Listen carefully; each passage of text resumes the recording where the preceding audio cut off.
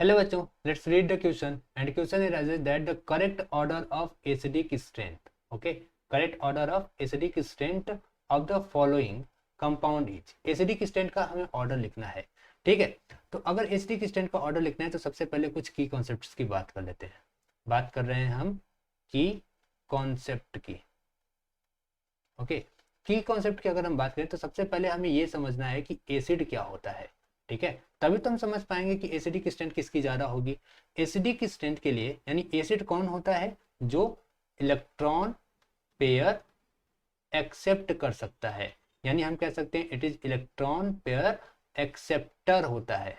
ठीक है, electron pair acceptor कब होगा, जब वहां पर लेस इलेक्ट्रॉन डेंसिटी होगी।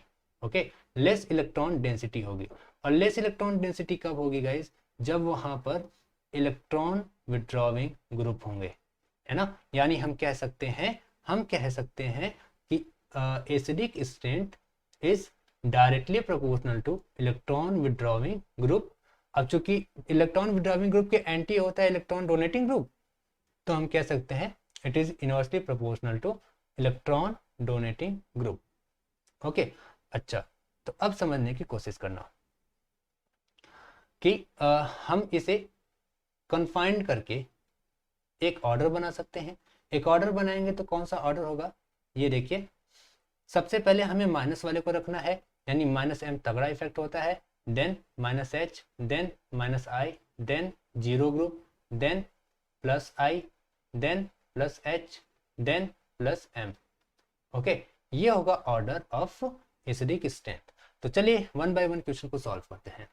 पहला वाला दे रखा है, हमें क्या दिया है, फिनॉल दे रखा है।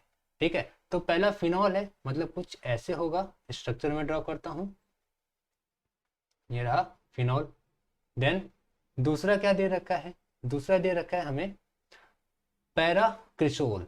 पैराक्रिसोल मतलब क्या हुआ, ये बेंजीन रिंग, ओके, और यहाँ पे OH और यहाँ पे CH3। तीसरा क्या दे रखा है, मेटा नाइट्रोफिनॉल, यानी ये बेंजीन रिंग, यहाँ पे OH, ओके, और यहाँ पे NO2। और फोर्थ क्या दे रखा है, फोर्थ हमें दे रखा है पैरा नाइट्रोफिनॉल, कुछ ऐसे OH और ये NO2। अब देखिए, हम सबसे पहले इनकी इफेक्ट को आइडेंटिफाई करते हैं कि कौन कौन सा इफेक्ट लगा रहा होगा। OH सब में है, OH सब में है तो हम OH को कंसिडर नहीं करते हैं। ठीक है, OH के अलावा यहाँ पे कोई ग्रुप नहीं लगा है, तो इसलिए जीरो ग्रुप मान लिया मैंने। ठीक है, नाउ अब इसको देखिए, यहाँ पे ये CH3 लगा हुआ है। ठीक है, ये एक तरीके से +I इफेक्ट भी लगा रहा है और +H इफेक्ट भी लगा रहा है। ओके, यहाँ पे NO2 है, NO2 मेटा पोजीशन पर है, इसलिए -I इफेक्ट केवल लगाएगा। और यहाँ पे NO2 पैरा पोजीशन पर है, इसलिए यहाँ पे +M इफेक्ट और सॉरी